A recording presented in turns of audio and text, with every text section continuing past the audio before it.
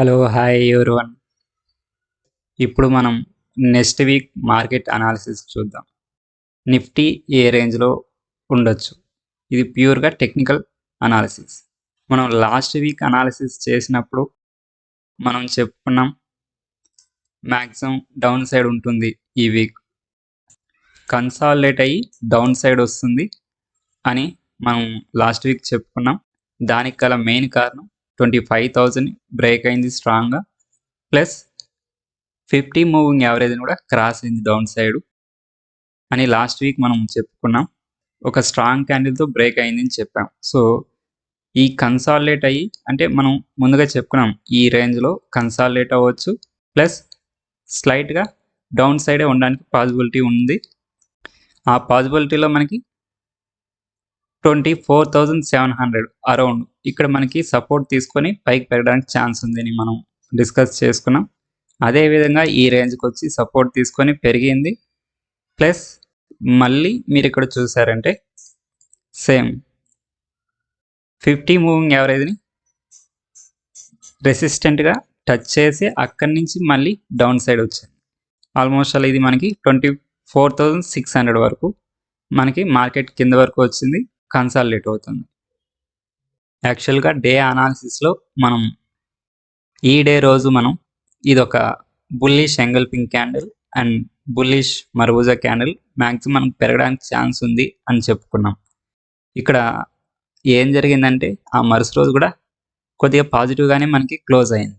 కానీ ఆ రోజు మనకి ట్రంప్ మన ఇండియాపై 25% టారిఫ్ అనేది విధించాడు సడన్గా. సో దానివల్ల నెక్స్ట్ డే గ్యాప్ డౌన్ అయింది, కానీ పూర్తిగా పడకుండా మళ్ళీ కొద్ది వరకు రికవర్ అయింది. తర్వాత డే మనకి ప్రెజర్ అన్నది కనిపించింది. ఇక మనం నెక్స్ట్ వీక్ ఎలా ఉంటుంది అనేది అనలైజ్ చేసుకుందాం. ఇది ప్యూర్గా టెక్నికల్ బేస్ మీద analysis. Candle base and supports, resistance, వీటి బేస్ మీద చేసుకొని మనం నెక్స్ట్ వీక్ ఎలా ఉంటుంది అనేది డిస్కస్ చేసుకున్నాం. సో ఇప్పుడున్న ప్రైస్ యాక్షన్ ప్రకారం మనకి సైడ్ వేస్ ఉండడానికి ఛాన్స్ ఉంది. ఎప్పటి వరకు మనకి ఛాన్స్ అంటే 24,500. ఈ 24,500 బ్రేక్ అయ్యి డౌన్ సైడ్ వచ్చేంత వరకు మనం పూర్తిగా మన నెగిటివ్ సైడ్ ఉన్నట్టు అయితే కాదు. ఈ 24,500 బిలో రానంత వరకు మనకి స్ట్రాంగ్ నెగిటివ్ సైడ్ అయితే కాదు, ప్లస్ 25,000 అబో క్రాస్ అయ్యేంత వరకు మనకి స్ట్రాంగ్ బుల్లి సైడ్ అయితే కాదు. సో ఈ మిడిల్ ఎన్ని డేస్ ఉంటే అన్ని డేస్ మనకి సైడ్ వేస్ ఉండడానికి ఛాన్స్ ఎక్కువ ఉంది.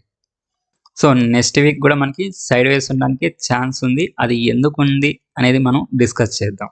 కానీ ఇక్కడ సైడ్ వేస్ని డిసైడ్ చేసేది న్యూస్ ఫ్యాక్టర్ ఏదంటే మనకి ట్రంప్ టారిఫ్స్. తను మనకి జూలై 13 25% టారిఫ్లు ఆగస్ట్ 1 నుంచి విధిస్తున్నామనేసి తను అనౌన్స్ చేశాడు. తర్వాత నెక్స్ట్ డే మనకి అది హెవీ గ్యాప్ డౌన్ అయింది, మళ్ళీ కొద్దిగా రికవర్ అయింది. నెక్స్ట్ వీక్ కొద్ది ఎక్కువ వోలటిలిటీ ఉండడానికి ఛాన్స్ ఉంది. సో నెక్స్ట్ వీక్ అనేది మనం న్యూస్ని ఎక్కువగా అబ్జర్వ్ చేయాలి. ఎందుకంటే తను రోజుకు ఒక మాట చెప్తున్నాడు, ప్లస్ తను ఒక ఈగోకి తీసుకొని ఎక్కువ టారిఫ్స్ వేసాడంటే అప్పుడు మనకి డౌన్ సైడ్ రావడానికి ఛాన్స్ ఉంది. తను కొద్దిగా వెనక్కి తగ్గాడంటే మనకి పెరగడానికి ఛాన్స్ ఉంది. సో ఇది ఎంతవరకు పడడానికి ఛాన్స్ ఉంది, పెరగడానికి ఛాన్స్ ఉంది, మరీ హెవీగా అయితే ఉండకపోవచ్చు. అది ఎందుకంటే మనం డిస్కస్ చేసుకుందాం. సో ఇప్పుడు చార్ట్లో టెక్నికల్గా ఒకవేళ 24,500 బ్రేక్ అయ్యి డౌన్ సైడ్ వస్తే ఎక్కడ వరకు పడడానికి ఛాన్స్ ఉంది అంటే నెక్స్ట్ సపోర్ట్ మనకి ఎక్కడ ఉండొచ్చు అంటే ఈ రేంజ్. ఎప్పుడైనా కానీ మనకి రౌండ్ నెంబర్ అనేది స్ట్రాంగ్ సపోర్ట్ అని చెప్పుకున్నాం. అండ్ మనం క్యాండిల్స్ బేస్ మీద చూసారంటే ఇక్కడ మనకి ఇది ఒక రెసిస్టెన్స్ ఉన్నది, ఇది ఒక రెసిస్టెన్స్ ఉన్నది, ఇక్కడ సపోర్ట్స్ ఉన్నాయి. సో ఇంచుమించు మనకి ఇది ఒక వెరీ స్ట్రాంగ్ సపోర్ట్ జోన్, అంటే 23,840 అరౌండ్. ఇది మనకి స్ట్రాంగ్ సపోర్ట్ జోన్. మరి ఇంతవరకు వస్తుందా అంటే రాదు. దానికి అబో కూడా మనకి ఒక సపోర్ట్ ఉన్నది, అది ఏంటంటే రౌండ్ నెంబర్. 24,000 అన్న ఒక రౌండ్ నెంబర్ ఎప్పుడు మనకి స్ట్రాంగ్ సపోర్ట్ ఆర్ రెసిస్టెంట్గా యాక్ట్ అవుతుంది. సో ఇది వెరీ స్ట్రాంగ్. మనకి ఒకవేళ ఇక్కడ బ్రేక్ అయినా 150 పాయింట్స్ 150 టు 200 పాయింట్స్ బిలోనే మనకి వెరీ స్ట్రాంగ్ ఉంది. సో ఇక్కడ కంటే ఒకవేళ ఎంత నెగిటివ్ న్యూస్ ఉన్నా మనకి ఈ జోన్ అనేది స్ట్రాంగ్గా మనకి సపోర్ట్ చేస్తుంది. సో ఇప్పుడు న్యూస్ ప్రకారం మనకి ఎక్కువ పడడానికి ఛాన్స్ లేదు అని నేను ఎందుకు అనుకుంటున్నానంటే, సో న్యూస్ ప్రకారం ఒకవేళ ట్రంప్ మన మీద ఎక్కువ ఒత్తిడి తెచ్చినా, ఎక్కువ టారిఫ్స్ విధించినా ఎక్కువ పడకపోవచ్చు అని నేను అనుకుంటున్నా. అది ఎందుకంటే యాక్చువల్గా మనం చూసామంటే ట్రంప్ 25% టారిఫ్స్ విధిస్తామనేసి అనౌన్స్ చేశాడు. ప్లస్ పెనాల్టీస్ ఉంటాయనేసి చెప్పాడు. దాని ఇంపాక్ట్ మెయిన్గా మనం గుర్తించాల్సింది ఏంటంటే మన జీడిపిలో ఓన్లీ చాలా నెగ్లిజిబుల్ పర్సంటేజ్ మాత్రమే దాని ఇంపాక్ట్ ఉంటుంది. అంటే మీరు చూసారంటే around estimate 0.2% to 0.4% only according to the times of India sources ప్రకారం. సో ఇది చాలా నెగ్లిజిబుల్ పర్సంటేజే కాబట్టి ఇక్కడ కొద్దిగా టఫ్ వార్ టారిఫ్ వార్ జరగడానికి ఛాన్స్ ఉంది. సో ఇప్పుడు మనకి ట్రంప్ బ్యాక్ వెళ్ళాడంటే తనకి ఈగో హర్ట్ అవ్వడానికి ఛాన్స్ ఉంది. తను ఒక కమాండ్ చేయాలి అన్ని దేశాలని అనే మెంటాలిటీతోనే తను టారిఫ్లు ఇంత ఒత్తిడితో అందరి మీద తీసుకొస్తున్నాడు. సో ఇప్పుడు తను వెనక్కి వెళ్ళే ఛాన్స్ అన్నది చాలా తక్కువ. అలా అని మనం ట్రంప్ టారిఫ్ని మనం అలౌ చేయలేం. సో ఎందుకంటే మన ఇండియా గ్రోత్ కూడా మనం చూసుకోవాలి కాబట్టి తన మెయిన్ ఇంటెన్షన్ అగ్రికల్చర్లో ఫుల్ యాక్సెస్ కావాలనేసి ట్రై చేస్తున్నాడు. అది నార్మల్గా ఫుల్ యాక్సెస్ ఇచ్చామంటే మన అగ్రికల్చర్ సెక్టర్ అనేది వెనకబడుతుంది, డిస్ట్రాయ్ అవుతుంది. సో మన ప్రయోజనాలు మనం కూడా గుర్తించాలి కాబట్టి మన ప్రభుత్వం కొద్దిగా అందులో ఆలోచిస్తుంది. సో అలానే ట్రంప్ కూడా వెనక్కి తగ్గే ఆలోచనలో లేడు. సో ఇది ఇలానే కొనసాగడానికి ఛాన్స్ ఉంది. అందుకోసమే ఇది సైడ్ వేస్ ఉండడానికి ఇప్పటికీ మనకి ఛాన్స్ ఉంది. ప్లస్ నెగిటివ్ సైడ్ వేస్ ఉండడానికి ఛాన్స్ ఉంది. ఒకవేళ మళ్ళీ ట్రంప్ కానీ భారీగా ఏదైనా అనౌన్స్మెంట్లు చేస్తే కానీ ఇండైరెక్ట్గా మన ఇండియాని ఇబ్బంది పెట్టే డెసిషన్ తీసుకుంటే కానీ మనకి డౌన్ సైడ్ రావడానికి ఛాన్స్ తక్కువ ఉంది. అంటే ఇండైరెక్ట్గా అంటే ఇప్పుడు పాకిస్తాన్ని సపోర్ట్ చేస్తున్నాడు, ఎందుకంటే మన ఇండియా మీద ఒత్తిడి తీసుకురావడానికి. సో ట్రంప్ ఇంకా కూడా పాకిస్తాన్కి ఎక్కువ సపోర్ట్ చేస్తాడు మన ఇండియా పైన ప్రెజర్ తీసుకురావడానికి. అండ్ బంగ్లాదేశ్ కూడా సపోర్ట్ చేస్తాడు. సో తన మెయిన్ ఇంటెన్షన్ మన ఇండియాని ప్రెజర్లో పెట్టి తనకు కావాల్సిన టారిఫ్ని తను వేయాలి. అండ్ తనకి ఇండియాలో ఏది యాక్సెస్ కావాలో అది సాధించుకోవాలి. ఆ విధంగా తను కామెంట్స్ చేస్తున్నాడు, ఆ విధంగానే తను వ్యవహరిస్తున్నాడు. సో తన నుంచి బిగ్ స్టేట్మెంట్స్ కానీ లేదా ఇండైరెక్ట్గా ఇండియాని చాలా ఒత్తిడిలోకి నెట్టే విషయాన్ని కానీ తీసుకొస్తే కానీ డౌన్ సైడ్ బ్రేక్ అయ్యి డౌన్ సైడ్ రావడానికి పాసిబిలిటీ ఉంటుంది. నేను అదైతే జరుగుతుందనేసి నేను ఎక్స్పెక్ట్ చేయడం లేదు. ఇది ఇలానే ఉంటుంది ఇంకా కొన్ని డేస్ అని అనుకుంటున్నా. సో సైడ్ వేస్ ఉండడానికి ఛాన్స్ ఉంది. 24,500ని బ్రేక్ అవ్వడానికి ఛాన్స్ తక్కువ ఉందని నేను అనుకుంటున్నా. ఒకవేళ మనకి బ్రేక్ అయితే మనకి ఇక్కడ మళ్ళీ ఒక చిన్న సపోర్ట్ ఉన్నది 24,250. అండ్ ఇది స్ట్రాంగ్ సపోర్ట్ అయితే కాదు. 24,250 అన్నది మనకి ఒక చిన్న సపోర్ట్. ఇది బ్రేక్ అవ్వడానికి ఛాన్సెస్ కూడా చాలా తక్కువే. ఒకవేళ అది బ్రేక్ అయితే ఇంకా ఆ రౌండ్ నెంబర్ 24,000గా బ్రేక్ అయితే 23,800 అన్నది వెరీ స్ట్రాంగ్ సపోర్ట్. సో ఇక్కడ వరకు అయితే వస్తుందనేసి నేను ఎక్స్పెక్ట్ చేయడం లేదు. మ్యాక్సిమం ఈ 24,500 ఇదే మనకి డౌన్ సైడ్ రావడానికి ఛాన్స్ ఉంది. ఇది ఇంకా వరస్ట్గా అవుతుందని నేను ఎక్స్పెక్ట్ చేయడం లేదు. ఒకవేళ కొద్దిగా వరస్ట్గా అయినా 24,000 అనేది స్ట్రాంగ్ సపోర్ట్ ఇస్తుంది. ఓపెన్ ఇంట్రెస్ట్ చూసామంటే 24,200 దగ్గర మనకి ఒక సపోర్ట్ ఉన్నది.